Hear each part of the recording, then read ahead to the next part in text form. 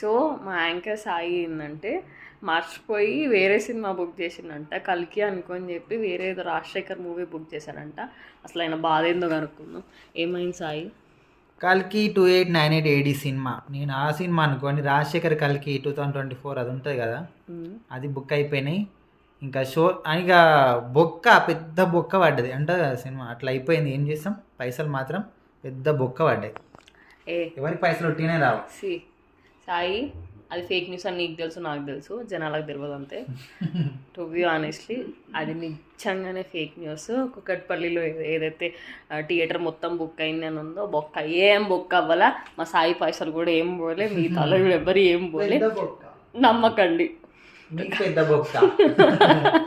Actually మిమ్మల్ని pool చేస్తున్నారు, నిజంగా అక్కడ ఏం జరగదా. సో ఏమంటావు సాయి? వాస్తవాలు తెలుసుకోరా అంటాం, ఇంకేమంటాం. అంతే. బాయ్.